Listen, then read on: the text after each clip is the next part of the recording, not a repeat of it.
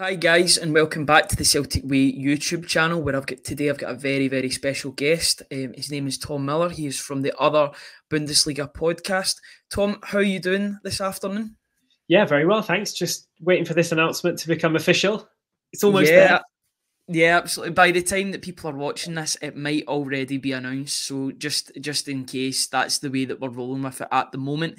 Of course, today we're talking about Nicolas Kühn, who plays for Rapid Vienna at the moment, although it looks imminently as if he'll be joining Celtic on a £2.8 million deal, £3 million in euros. So just getting into talking about the player, what's your overall assessment on this player so far? What sort of player are Celtic getting in Nicolas Kühn, the German under-20 international?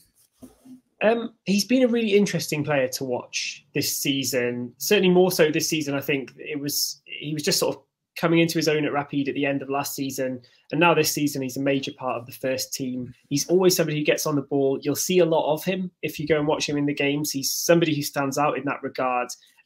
Rapid have quite a lot of attacks. They've got a very high XG this season. They got the Golden Boot winner last season too, so they've been a pretty attacking side without getting great results. But Nicolas Kühn has been a big part of that. You'll always see him carry the ball forward. You'll always see him helping with the team's attacks. So he stands out when you watch him, but the end product has been the big sort of question mark hanging over his head at the moment. Yeah, I've heard about that in quite a lot of threads and discussions talking about that particular player. He started off his career at Hanover. All of these teams, apart from Rapid Vienna and Erzgebirge, have been in the sort of unders groups, but Hanover and then Leipzig, Ajax and Bayern Munich. That's some trio of teams to go through in terms of youth academy before then moving to Erzgebirge and then Rapid Vienna. Rapid Vienna is his sort of big break, you would say, in his senior career. Would you agree with that assessment? Yeah, you're right to sort of pick out the youth teams that he's played for as well. You know, that's a great pedigree, and coaches do look out for that. You know, fundamentally, you expect to have a very good technical football education from those kind of clubs. But for a player of his age, he's sort of 24 now. Yeah, it depends whether you look at that as young or not. Obviously, things seem to be changing in football these days. 24, you can already be, you know, like a World Cup winner by that age. But for some players, they're still sort of just moving into professional or senior football, and that's okay too. And for him, you're right to say, yeah, it's Gebirge Aue and then Rapid Vienna, especially now. That's really his first sort of major taste of senior professional football. So I think he's still very much on an upward trajectory. Yeah, it seems like a player that's very much going up the way in his career. Hopefully that'll be the case when he joins Celtic. Hopefully it's a when rather than an if at this point. Don't expect there to be any red tape from now until he's announced. Hopefully later on this evening, by the time you're watching this, he may have already been announced. He may even get announced in the production of this video, so who knows. So what have you made of his career so far? You know, there's a lot of big names that he's played under, albeit not at the first team level, apart from Rapid Vienna, and this being his sort of big break. Would you say that he's come to fruition last season and this season, these past 2 years since he's joined Rapid? You say that he's a player that gets on the ball, and you'll see him when he gets on the ball. Has he displayed that confidence in a first team setting due to joining Rapid Vienna? Would you say that's a fair assessment of the player too? Yeah, I think so. I mean, his figures and his performances at Gebirge Aue were relatively similar in that sense. You can see why Rapid wanted to get him. You know, he wasn't the finished product. Rapid can't afford fundamentally to buy finished products. It's not the way the Austrian Bundesliga works. So they thought, why not take a punt on this guy? And he's been good. You know, he has been a good player for Rapid Vienna. He's also been sort of the subject of the fans' frustrations as well. It's a very well supported club, Rapid Vienna. They get huge attendances, really big cauldron of atmosphere at their home ground. So he's used to playing in that kind of environment, although I would say Celtic is definitely a step above. But he's used to that. But he has felt the ire of the fans as well, because quite often he is the one who's kind of putting an end to these attacks. He puts the first pass in as well, or he brings the ball forward to start off the attacks. But often if it comes back to him in the box, which seems to just happen all the time, he's that kind of player who's always in the right space, always in the right place in the box. A loose ball will come to him, but he so often fails to finish it off. And so in a sense, the fans love him and hate him. Sounds like something that he can definitely work on, especially under Brendan Rodgers, who is well known for his man management. He's done it with he's done it with players in the past, and it seems as if Kühn could be that player that also benefits from his man management ability. So just looking at the strengths in his game from clips on Wyscout, as well as what other people are saying about this player in particular, it looks as if he's dribbling and his one-on-one duels are his forte. Would you agree with that? Yeah, absolutely. He's a really good ball carrier. His progressive dribbles are great. He's got the confidence to take those on, and that leads into sort of another of the question marks. That's his biggest asset. That's his biggest strength. He's a great dribbler on the wing, gets the ball up towards the box really well. But then sometimes in the bigger games, because he's got that specific ability, he's got that specific strength, he's almost isolated at Rapid in that opponents can see that. They can see that that's a threat. And if they can get him out of the game, which so far this season, really only the likes of Red Bull Salzburg have been able to do. But if they can play him out of the game, then he can be very, very quiet, because he's kind of got that, I don't want to say one-dimensional, but you know when any player's got that specific skill that they bring, or that specific talent that they bring, if you can nullify that threat, you can sort of play him out of the game. So he's definitely got a bit to work on there. That isn't something that only goes for Nicolas Kühn. Obviously, every player who's got a big threat carries the same risk. You know, if you can nullify that, then you're getting rid of the best part of that player. But that's definitely something that he'll have to work on. And I think the Scottish League does have a lot of similarities then to the Austrian Bundesliga, in that, you know, there are some really big teams in there, some really, really tough games, and there is actually a decent quality throughout the league. But you'd expect that he'll get the chance to sort of hone those skills against some of the teams, and maybe work on producing that in the biggest games as well. Yeah, he'll have 6 months to work on that, and then he'll have potentially the Champions League. If Celtic are champions, they'll get 8 games in the Champions League, and that'll be a further step up for that player. Another thing that's been talked about in his game is his pace, and I think that shows in a lot of his clips. He is quite a fast player, and sounds as if he's the sort of player that Celtic need at this moment in time. They do have Daisen Maeda, who is a live wire on the right wing, can play on the left wing as well. But maybe his end product leaves a lot to be desired as well as his technical ability. Is pace, is that one of his strongest attributes? Do you think that's one of the reasons why Celtic have identified this player as being a potential first-team player for the club? Yeah, I think so. Yeah, definitely. Pace married with dribbling, a good passer. He's, as I say, gets into attacking positions a lot. He gets on the ball in the penalty area an awful lot. He provides a lot for the teammates around him as well. So it's not just about a lack of finishing. Yes, that's going to be one of the headlines. That's going to be what a lot of people say. He hasn't scored enough goals. But he does set up a lot for his teammates too, with that pace, with that dribbling. And it's not always been his fault that the other players up front for Rapid in the last sort of year and a half have been quite profligate as well. So, you know, you can put as many things on a plate for your teammates as you like, but if they're not scoring it, your stats aren't going to be bumped up too much either. And I think that's where on paper he looks probably maybe better, because he's actually, you know, maybe you can account for some of those things, because the attacks that he leads are, you know, they're all going in there, even if it doesn't end up on his goals or assist stats at the end of the day. But yeah, as you say, I think the move is so close now. You know, Rapid have gone out on their training camp. They've let him go over to Scotland to sort of finalise things with Celtic. I'm sure it's going to happen. And I do think at the price that Celtic are looking at, this could be a really good move for all parties. Rapid will be happy. The fans won't mind losing him too much. Good move for the player to move to Celtic. As you say, get a chance in the Champions League, get a chance at some trophies, which Rapid currently don't realistically have. But also it's not a huge risk for Celtic at that financial margin. And I think they've got a good chance of getting somebody who goes on to be worth more than that. Yeah, that definitely sounds good. A lot of people on the sort of Celtic stratosphere at the moment are talking about project players. You wouldn't consider this player as a sort of project, would you? Because Celtic are used to signing players for maybe £1-2 million, sometimes from Japan, sometimes from Korea, sometimes from Europe and South America too. Would you label this sort of player as a project player? You know, the fact that he's 24 years old would indicate that he's, yes, his best years are ahead of him, hopefully at Celtic, but he's a player that can improve further while impacting the first team. I think it sort of fits the mould. If, as you say, Celtic, you know, due to just the financial realities of the club, they have to look and they have to maybe be a little bit more clever and look for players sort of outside of the main spotlight. For Nicolas Kühn, he's probably somewhere in the middle, because obviously playing in Austria, playing at Rapid, he's not really in the big shop window in terms of Europe. But people have realised over the past few years that the Austrian Bundesliga is a great place for good value, talented players. There's been so many good players coming through here. And contrary to the headlines, not just from Red Bull Salzburg either, there's been a lot of other clubs producing great young players. Rapid Vienna, certainly amongst them, they've had so many good young players in recent seasons. And they're really good at bringing through young players and giving them a first real shot in a very good league as well, under quite some high pressure. So he's somewhere in the middle. I wouldn't say he's a project player per se, but he's not quite the finished article either. I think he's got a couple of little things to round off in his game, but the potential is definitely there. You can see it from the stats. You can see it from the way he plays. He's got maybe, he's like 80%, 90% there. And if you can fix a couple of little things, there's no reason why he can't go on to be a very, very good player over the next decade. So like I say, it just comes back to it. At that value, you feel like he's worth a go. Yeah, it sounds very optimistic from this side, definitely. Now, over the past couple of days, our stats provider, the Celtic Waste stats provider, has spoke about individual players and their likeness to other players. Now, they mentioned that alongside Cole Palmer as well, that Nicolas Kühn was the player most like Angel Di Maria at PSV in 2019-2020 in terms of brute stats.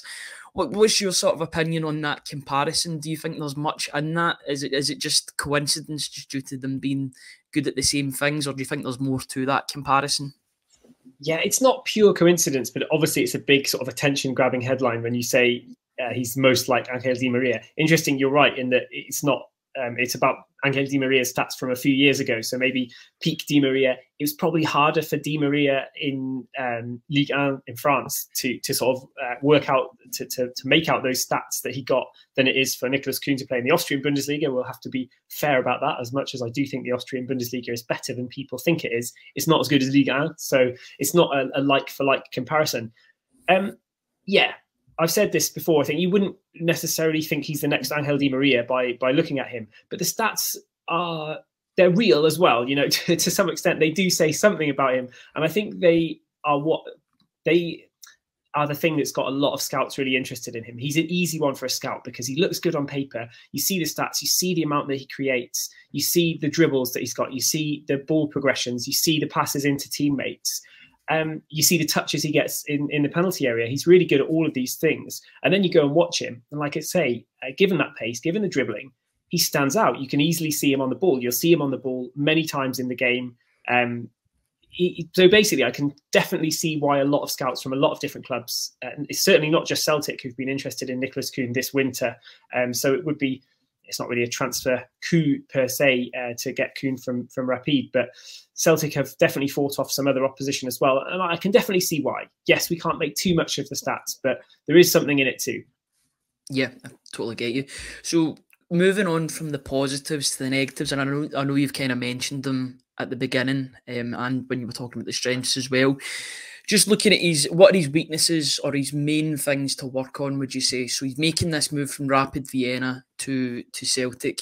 What are the 2 or 3 things that he needs to work on most in order to be a first team player for Celtic? What is potentially holding them back from making that further next step from Celtic potentially onwards in a couple of years' time? I mean, I think the first one would clearly be the finishing, the decision making when the ball comes back to him in the box. He's great at feeding it to teammates, but if it comes back to him, if a shot's blocked or if something comes his way, if he becomes the open man, the option in the box, which happens so often, I think that's a good sign. If you can get a player on the ball in the box so frequently as Nicolas Kühn manages, that must be a good sign. But his decision making in that split second when it comes back to him, he doesn't have that kind of rocket of a boot to just sort of put a first touch finish through into the back of the net. More often than not, he's like side footing them towards the goalkeeper or just sort of maybe lacking a bit of confidence in finishing, and he's going to place it on target rather than just leather it into the corner.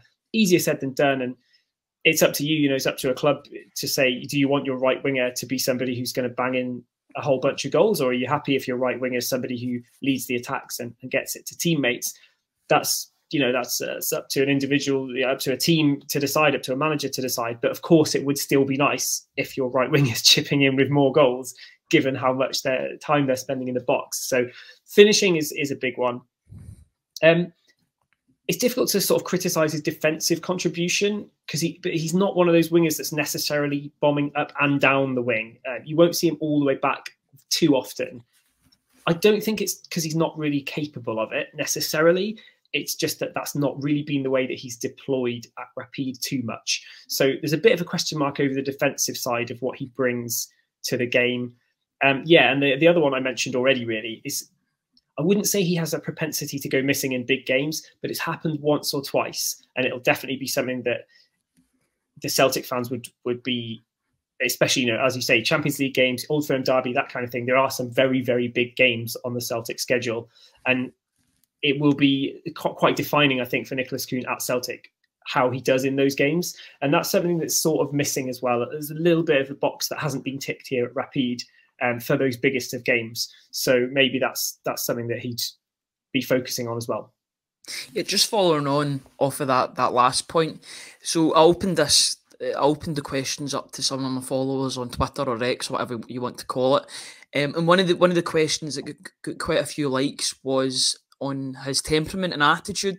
So what would you say his attitude is like? Is he a player that can be temperamental in games if things aren't going his way, or does he keep motoring on and trying to make things happen even if it isn't working out for him? That might follow on from your last point about going missing potentially in big games. Yeah, I would say it's more of the latter. He's not gone missing. Like, he doesn't tend to go missing in the middle of games. You know, he'll plug away and keep going, keep running. It's part of the nature, I think, of being a good dribbler. You know, you can't be successful. Even a really good dribble stat is not like, you're not getting up near 100% successful ratios. So he keeps going, he keeps motoring away. And that's, I think, something that makes the fans like him more. But then obviously it does add then to a bit of tiredness, a bit of fatigue, maybe some more missed shots later on because he's not got the legs quite anymore. But no, he'll keep it going. And it's more been, when he has gone missing, it's more been that the other teams, like the teams with quality and really good management and organisation, like Salzburg, they've been able to sort of neutralise him.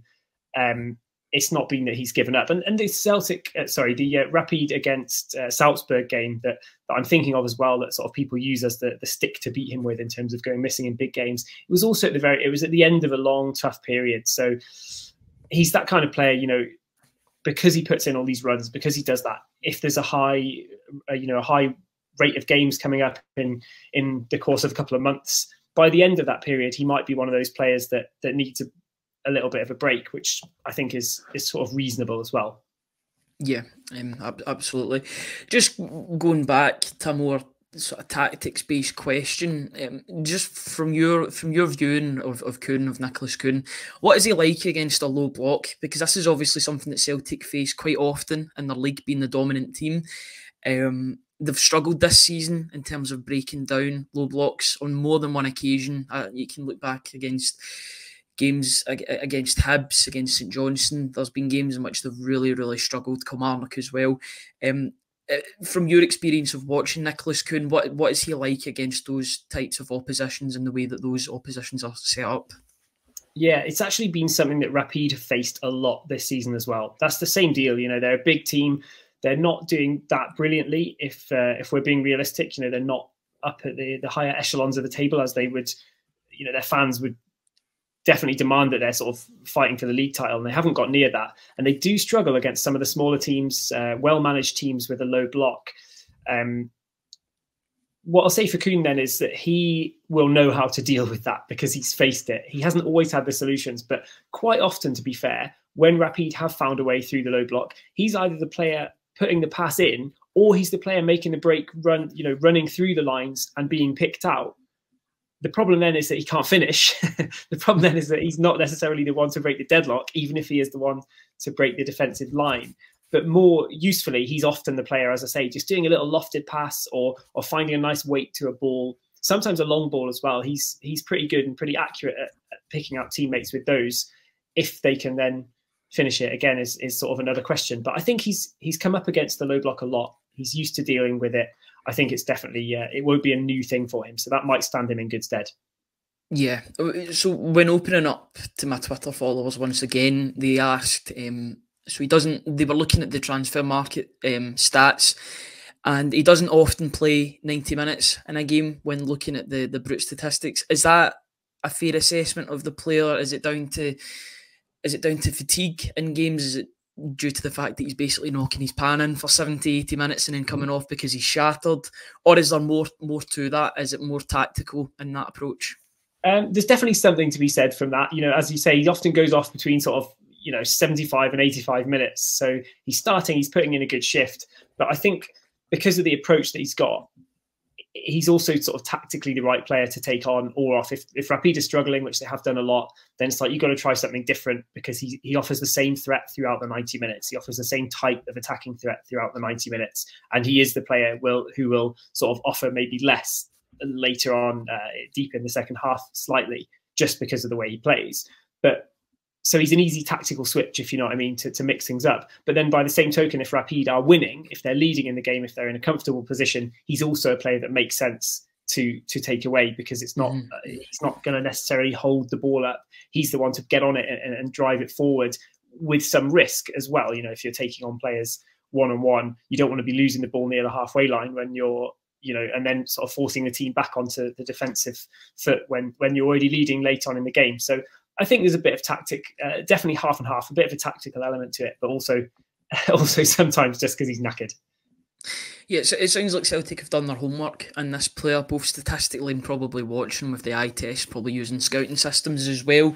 Just finally, while we're talking about Kühn, so do you reckon, and I know we've kind of touched upon it earlier on, can he make this step up to Celtic, from Rapid Vienna, a big club in Austria, obviously not doing as well this season, due probably in part to the fact that Salzburg seem to rule the roost in Austria at the moment, given they're bankrolled by Red Bull and they've got the scouting system as well. Can he make that step up? Celtic are regularly competing in the Champions League, big club, 60,000 fans, an elite manager as well. Do you think from Rapid Vienna to Celtic, can he make that step up, is basically what I'm trying to say? I think he can. And at the value that Celtic are getting him for, I think it's a good move. I think there's a good likelihood. There's certainly no guarantees. You don't know. As I said, there's a few boxes left unticked at Rapid. But when you put that together with the stats that he's shown, the potential that he's shown on paper, plus the potential that he's shown and the quality that he's shown in the games, I think there's a good chance that he can go on and do better. He can certainly be better for Celtic than Bolly Bolingoli ever was. But wasn't going to mention him.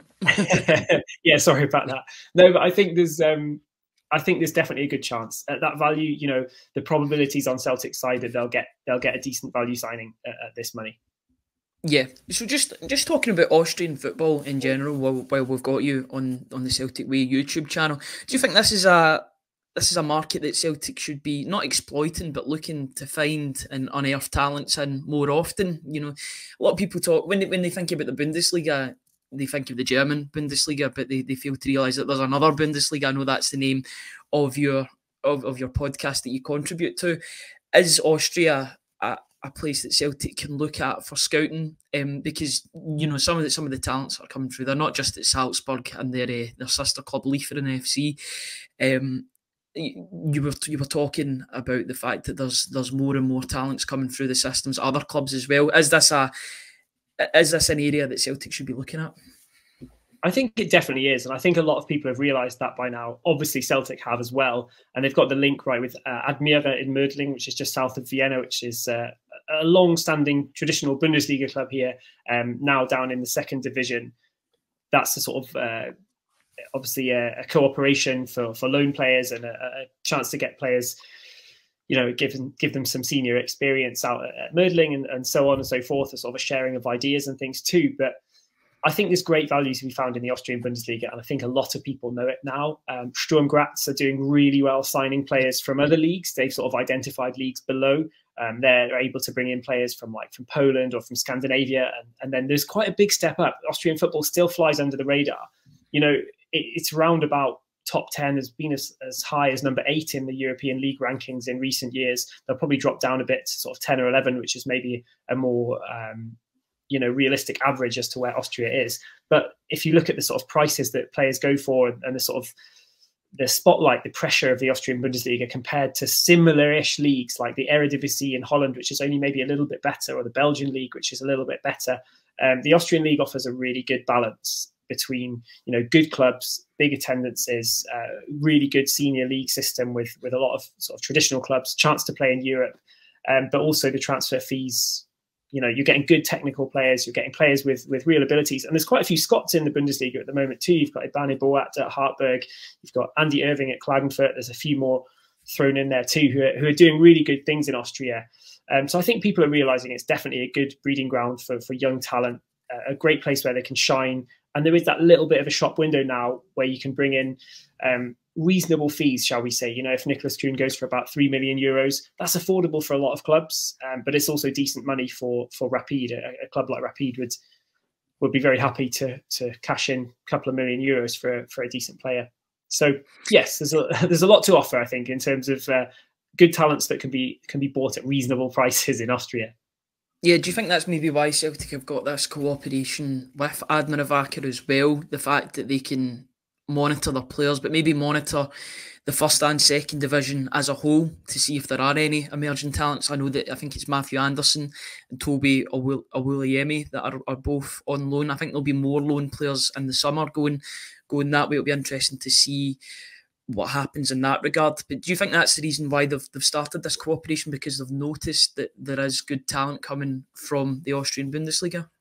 Yeah, definitely. And if you look through Admira, like the history of Admira as well, they've had, you know, in the past, they've been like league winners and national champions, one of the biggest clubs in Austria. But in the more recent past, they've just had a brilliant academy and they've done really good work with really good young players. And there's a lot of names who've gone on to have very solid careers, maybe not household names, but a lot of players who've gone on to do really well, who've come from Admira or similar clubs as well. So there's a lot of good work going on with young players here. And Austrian football, I think, is sort of on the up, even though this season's not been the greatest season for the Austrian teams in Europe. I think on the whole, you know, looked at from a bit more perspective, Austrian football is on the rise, and they're working really well with young players, basically. So it's a good place for players to come.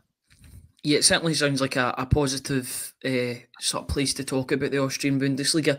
Before I let you go and I'll roll out the red carpet to wherever people can find you on whatever platforms that you use, what is the link between yourself and the Austrian Bundesliga in general? Because obviously people will hear you've got an English accent, but you're talking about the Austrian Bundesliga. What's the link between the two, and why are you so interested in this sort of league that you're talking about? So I moved out here to Vienna, Austria for work a few years ago now, a fair few years, coming up on a decade ago, actually. And I just got really interested. There's a few of us who are here who are sort of working in sports. And we thought, you know, why not get to know and love the local league rather than, you know, just being interested in the Champions League or whatever. We thought, let's see what's going on around us. And we realized then that obviously we knew some of the names. Sturm Graz is a famous name. Rapid Vienna is a famous name. We wanted to go and find out a bit more about them. And we just started putting this podcast together with English language information. And then Salzburg broke into the Champions League. A lot of good players started coming through. The Austrian national team have been doing pretty well in the last decade too. So yeah, we just became the source of English language information on Austrian football, but through sort of going on this journey around the country. Obviously, it's a really beautiful country as well. And we're out traveling around it, seeing all the games, getting to know all the clubs, sort of introducing that to people. And most of our listeners, most of our followers are from the US, from all around Europe. And then there's a sort of a group from Austria as well who are interested in English language coverage or a bit of a different perspective on their own league, really, which I think is quite nice too. So we've got a bit of a mixed audience, and we're just happy to sort of be cheerleaders, if you will, for the game in Austria. Yeah, I'll definitely need to check it out once we've finished recording this. Where can people find the work that you do, Tom? Can they find it on Spotify or other streaming platforms? Yes, it's on all major podcast platforms. If you just search for the other Bundesliga, as you say, a little bit of a play on the fact that everyone knows the German Bundesliga, not so many people know the Austrian Bundesliga. So it's the other Bundesliga, and our main place is on Twitter or X at other Bundesliga. Thank you very much, and thank you very much for joining me this afternoon.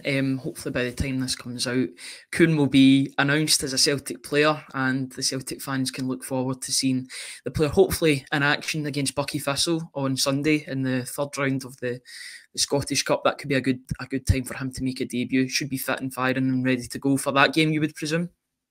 Yeah, absolutely. Yeah, he's been, as I said, given leave from training to go and sort the move out. So he'll be fresh, he'll be ready to go, and we'll watch out for him in Scotland for sure. Yeah, hopefully he's grabbing the headlines in Scotland, and all for the right reasons as well. Tom, thank you very much for joining me this afternoon. I really do appreciate it. Before we go, if I could just direct everybody to the bottom of the screen, please subscribe to the Celtic Way at www.celticway.co.uk/subscribe. Please press the subscribe button on the YouTube channel as well, and we can bring you this free content.